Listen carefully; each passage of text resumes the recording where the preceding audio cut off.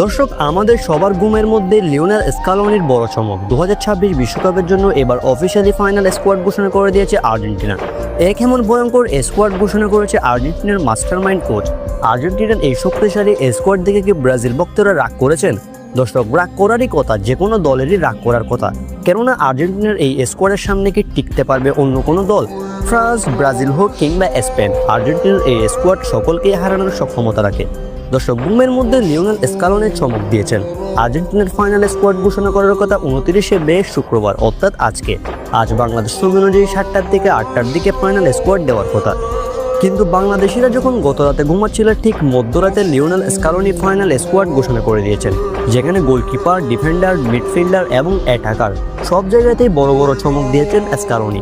যেখানে গোলকিপার হিসেবে যে 3 তারকাকে রেখেছেন লিওনেল স্কালোনির 3 জনই রয়েছেন বিশ্বসেরা ফর্মে। এমি মার্টিনেজ, জেরোনিমো রুলি এবং মুসো 3 তারকায় রয়েছেন অবিশ্বাস্য ছন্দে। সেই সাথে ডিফেন্সের দিকে তাকালে 4 জন ওয়ার্ল্ড ক্লাস টপ সিবি রয়েছে ডিফেন্স পজিশনে, যেখানে রোমেরো, ওটামেন্ডি, লিসান্ড্রো মার্টিনেজ এবং মেদিনা এই 4 জন সুপারস্টার সুযোগ পেয়েছেন ডিফেন্স লাইনে। অন্যদিকে রাইট ব্যাকে মলিনা, মন্টিয়াল, লেফট ব্যাকে বার্কো এবং টাগলেফিকো এরা রয়েছেন।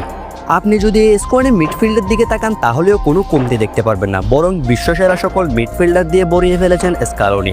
Enzo Fernandez, Alexis Mac Allister, Nico Paz, Giovani Lo Celso, Rodrigo De পল